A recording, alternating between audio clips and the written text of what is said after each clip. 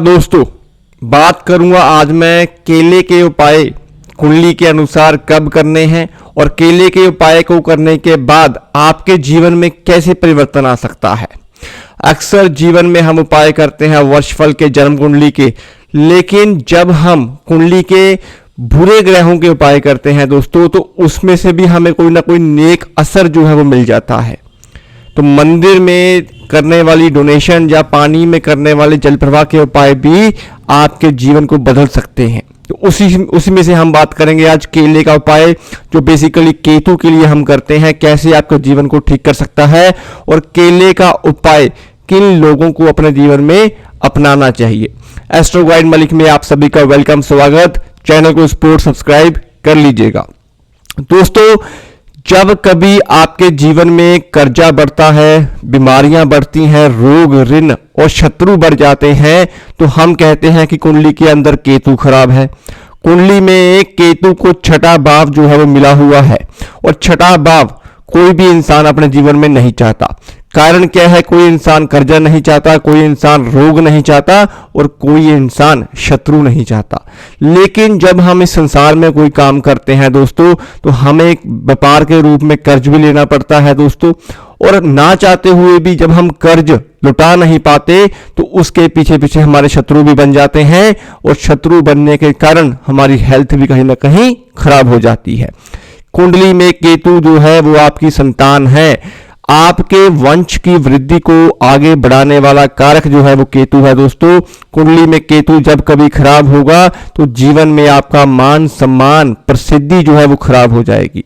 आपके जीवन में आपको ब्रांड बनाने की क्षमता जो है वो केतु देता है दोस्तों, और पुत्र संतान की प्राप्ति, और आपका पुत्र जो है वो आपके आज्ञाकारी होगा, जो अपने जीवन में नाम कमा लेगा। तो इसका मतलब कुंडली में केतु अच्छा है।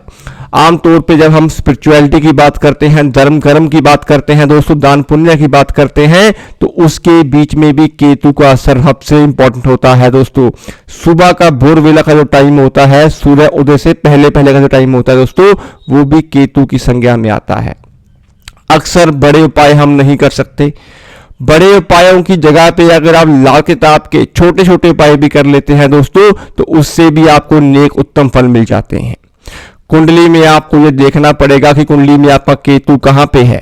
अगर कुंडली में केतु आपका चौथे भाव में बैठा है दोस्तों, तो यहां पे आपके धन, सुख और मन और माता को पीड़ित करता है।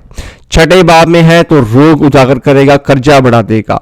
तीसरे भाव में बैठा है तो आपके छोटे भाई बहनों से नहीं बनेगी, आपकी बुद्धि जो है वो काम नहीं करेगी। अष्टम भाव में बैठेगा तो यहाँ पे भी आपके पेट की समस्याएं दे देगा, आपको फोड़ा फुंसी दर्द वगैरह की समस्या दे देगा, और कहीं ना कहीं आपके गुप्त शत्रु जो है वो बना देगा। तो ये जो भाव है, तीसरा, चौथा, छठा और अष्टम, यहाँ पे केतु सबसे बुरे फल देता है। आपको भी अपनी कुंडली में देखना पड़ेगा कि केतु आपका अगर इन भावों में बैठा है तो आपको उपाय लाजमी करनी पड़ेंगे। लाल किताब के अंदर एक अच्छा नियम है कि जब कभी सूर्य, मंगल या बृहस्पति खराब होते हैं तो बलि का बकरा, यानी कि सबसे बुरे हालात जिसके ऊपर आएंगे वो है केतु दोस्तों। तो एंड में मार केतु को ही पड़ती है। तो इसीलिए केतु को ठीक करने के लिए हमें उसके गुरु की हेल्प लेनी पड़ेगी, जो कि है बृहस्पति। तो बृहस्पति जब जब कायम होगा तब तब चेला केतु ठीक होगा।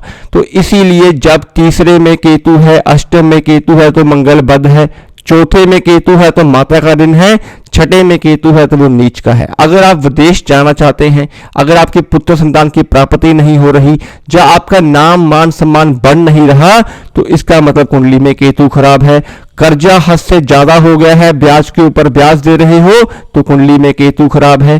कहीं ना कहीं रोग आपको तंग कर रहे हैं, घुटनों के पैरों के दर्द छिड़ रहे हैं, यूरिन की इन्फेक्शन हो रही है, बैक पेन है, कानों में दर्द है, तो केतु खराब है।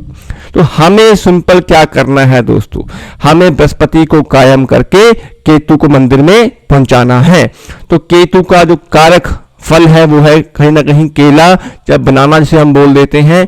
तो अगर आप तीसरे भाव में केतु है तो 3 केले लें, 3 केले लेके आप 21 दिन लगातार मंदिर में डोनेट करें, मां लक्ष्मी विष्णु की मूर्ति के सामने रख दें। चौथे भाव में केतु है तो 4 केले लें, 4 केले 4 दिन लगातार मंदिर में जाके ब्राह्मण को दान करें। छठे भाव में केतु है तो 6 केले ले लें, 6 दिन लगातार वीरवार से शुरू करके 6 दिन कंटिन्यूस मंदिर में दे दें।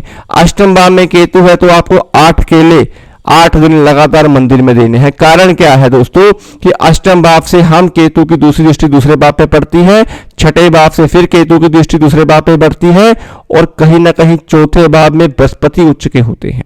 तो जब कभी हम केतु राहु के उपाय करते हैं तो जिस घर में केतु राहु बैठते हैं दोस्तों, उस घर के उच्च के ग्रह की मदद लेके हम उपाय करते हैं। आमतौर पे हम कानों में सोना भी जो है वो डलवा देते हैं ताकि बृहस्पति कायम हो। लेकिन अगर आप सोना धारण नहीं कर सकते तो केले का ये उपाय आप लाजमी करें।